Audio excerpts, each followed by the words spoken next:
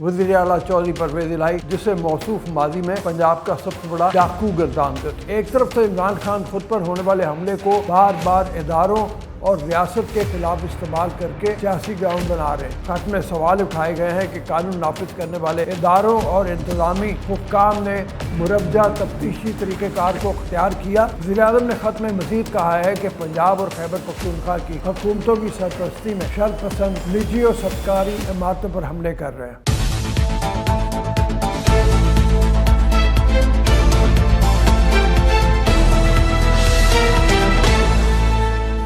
बिस्मिल्लाहिर्रहमानिर्रहीम, अस्सलाम वालेकुम। मैं हूँ अब्दुर्रऊफ़ और आप देख रहे हैं बागी टीवी।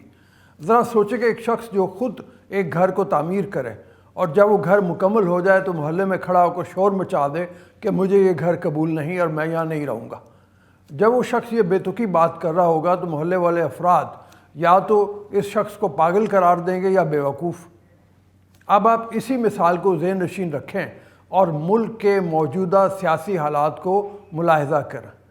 लड़ झगड़ कर रातों को अदालतें खुलवाकर जिस सूबे की हुकूमत तहरीक इंसाफ ने हासिल की, वो सूबा पंजाब और इसमें इमरान खान की हमायत में लगाया जाने वाला शरीफुन नफ्स वज़ीर आला चौधरी परवेज़ इलाही, जिसे मौसूफ माजी में पंजाब का सबसे बड़ा डाकू गर्दानते थे। इसकी हुकूमत में इमरान खान पर इसी के इलाके में, या यूँ कहें कि परवेज़ इलाही की नाक के नीचे हमला नुमा मशकूक सा ड्रामा रचाया जाता है। बाद तहरीक इंसाफ अपनी हुकूमत में कटने वाली वो FIR जिसको इनकी अपनी ही सूबाई हुकूमत ने काटा है, इसे मुस्तरद कर देती है। सादा लफ्ज़ों में ये कि खुद FIR काटी और ख़ुद ही से मुस्तरद कर दिया। अब इन्हें पागल कहना चाहिए या बेवकूफ़, इसका फ़ैसला आप कीजिए। तहरीक इंसाफ के रहनुमा शाह महमूद कुरैशी ने एक बार फिर इमरान खान पर हमले की FIR को मुस्तरद कर दिया। लाहौर में मीडिया से गुफ्तगू में शाह महमूद कुरैशी ने कहा कि इमरान खान पर हमले की FIR जो दर्ज की गई है वो काबिल कबूल नहीं। FIR मुतासरीन की मंशा के मुताबिक होनी चाहिए। उन्होंने कहा कि इमरान खान पर हमले के ख़िलाफ़ मुल्क भर में एहतजाज जारी है, जबकि हमारी सारी तवज्जो FIR पर, क्योंकि पटिशनर की बात सुने बगैर मुकदमा दर्ज किया गया। जब तक राना सनाउल्लाह बैठे हैं इंसाफ नहीं हो सकता। PTI रहनुमा का कहना था कि लॉन्ग मार्च का आगाज़ कल वज़ीराबाद से होगा। आज़ादी मार्च हर सूरत में मंजिल हासिल करेगा। इलेक्शन की तारीख लेकर ही वापस आएंगे। अब पूरी कौम तैयार बैठी है। इस FIR के मामले में सुप्रीम कोर्ट के जस्टिस याह्या आफरीदी का इख्तलाफी नोट भी सामने आया। जस्टिस याह्या आफरीदी ने अपने इख्तलाफी नोट में लिखा कि सुप्रीम कोर्ट की जानिब से FIR दर्ज करने के हुक्म पर शदीद तहफ़्फ़ुज़ात। मौजूदा केस में IG पंजाब को FIR दर्ज करने का हुक्म देना गैर मुतल्लिका है। अगर इस सूरत हाल का जायज़ा लिया जाए तो महसूस यूँ होता है कि तहरीक इंसाफ और ख़ुद इमरान खान इस वाक़े को सिर्फ इस्तेमाल करके सियासत करना चाहते हैं, जबकि वफाकी हुकूमत और सियासी तौर पर तहरीक इंसाफ के मुखालिफ जमातें इस हमले की गैर जानिबदाराना इंक्वायरी चाहती हैं। अगर पिछले 24 घंटे में इमरान खान और वज़ीर-ए-आज़म शहबाज शरीफ के इस हवाले से बयानात और अमली इक़दामात को देखें तो साफ़ हो जाता है कि कौन क्या चाहता है। पाकिस्तान तहरीक इंसाफ के चेयरमैन इमरान खान का कहना है कि पंजाब पुलिस सूबे में हमारी हुकूमत के मातहत होने के बावजूद मैं अपना केस रजिस्टर नहीं करा सका। इमरान खान ने तुर्क TV को इंटरव्यू देते हुए कहा कि मेरा केस रजिस्टर करने से पंजाब पुलिस के इनकार करने का मतलब ये होता है कि फिर पंजाब पुलिस को कोई और कंट्रोल कर रहा है। उन्होंने कहा कि बंद कमरे में 4 लोगों ने मेरे कत्ल का मंसूबा बनाया और जिन ताकतवर लोगों ने कत्ल का मंसूबा बनाया उन्हें बुलेट प्रूफ शीशों से कोई फ़र्क नहीं पड़ता। इमरान खान का कहना था कि वाक़े की आज़ादाना तहकीकात चाहता हूँ। आगे बढ़ने का सिर्फ एक ही रास्ता है कि लोगों को इनकी मर्ज़ी की हुकूमत मुंतखब करने दी जाए।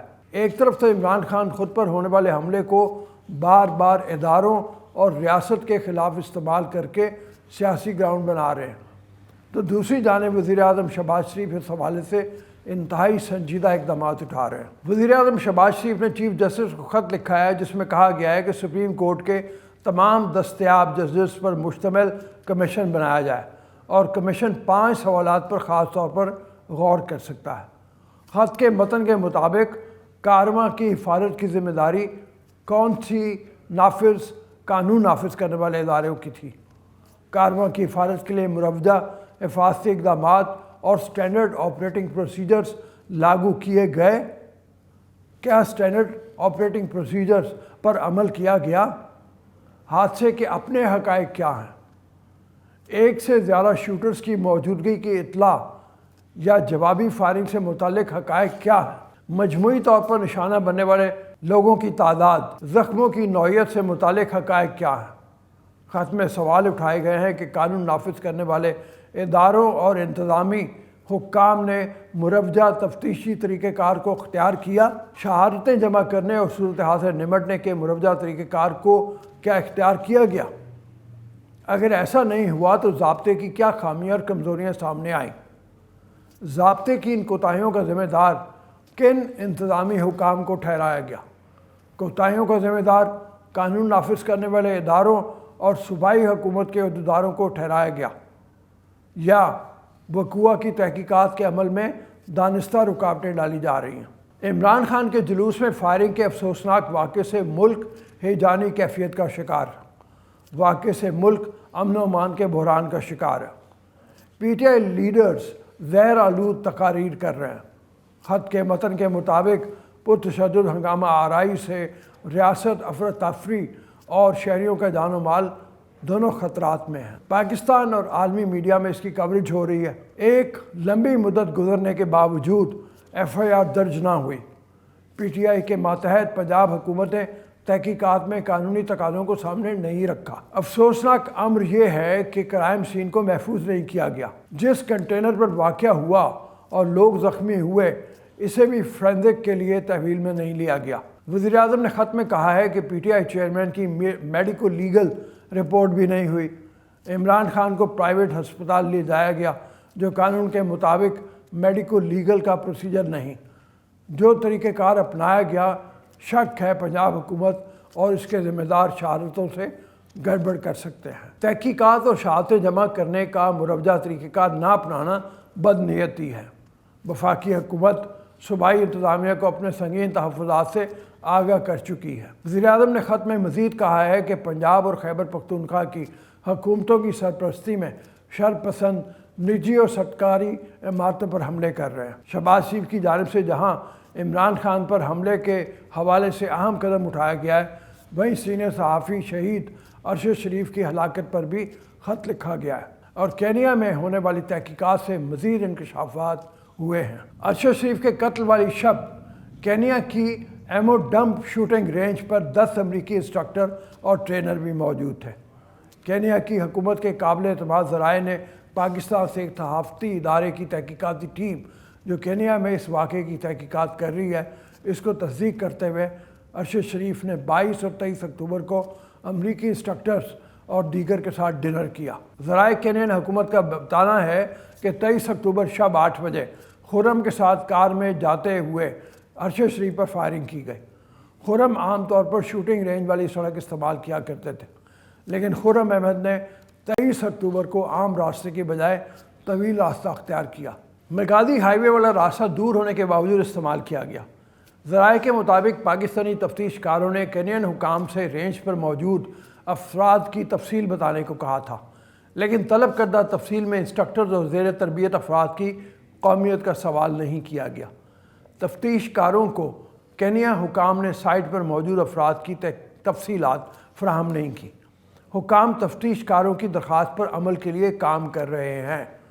وقار اور خرم سے رینج پر موجود افراد کی تفصیل طلب کی گئی ہے۔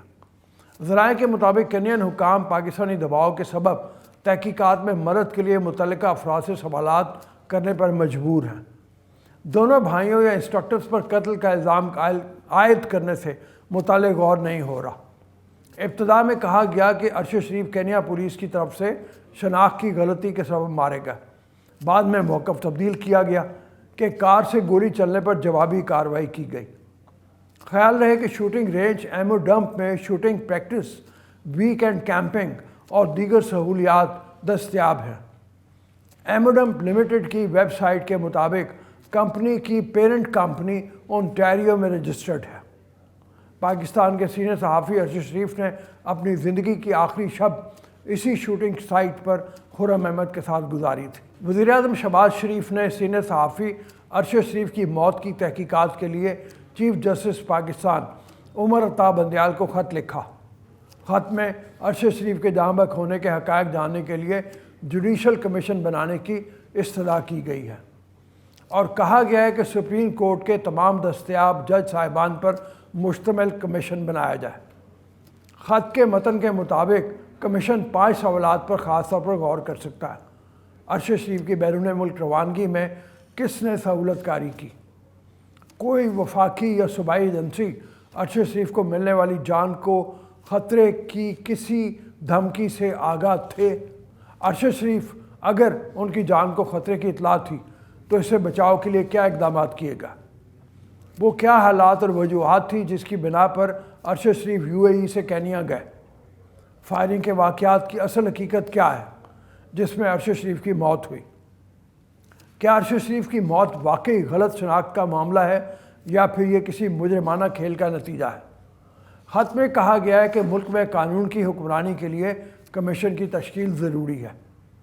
वफाकी हुकूमत कमीशन को भरपूर ताउन फराहम करेगी। ख़त के मतन के मुताबिक अरशद शरीफ की वालदा ने आपसे इस्तदा की है। हम इस इस्तदा की मुकम्मल हमायत करते हैं। अरशद शरीफ के जहाँ बहक होने पर वफाकी हुकूमत और रियासती इदारों पर शकूक व शुबहात ज़ाहिर किए गए। अवामी एतमाद की बहाली के लिए सुप्रीम कोर्ट का कमीशन बनाया जाना ज़रूरी है। गैर जानिबदार बॉडी ने तहकीकात नहीं की तो फिर तवील मुद्दत बुनियादों पर नुकसान होने का खदशा है। बहरहाल देखना ये होगा कि इमरान हमला केस और अरशद शरीफ हमला केस मादी की तरह स्याह बाब बनता है या इसकी कोई साफ शफाफ इंक्वायरी सामने आती है और ज़िम्मेदारों को सज़ा मिल पाती है। अब तक के लिए इतना ही। जाने से पहले आपसे गुजारिश है कि चैनल को सब्सक्राइब करें, वीडियो को लाइक करें, शेयर करें और कमेंट सेक्शन में फीडबैक अपना ज़रूर दें। अल्लाह आपका हामी नासिर हो।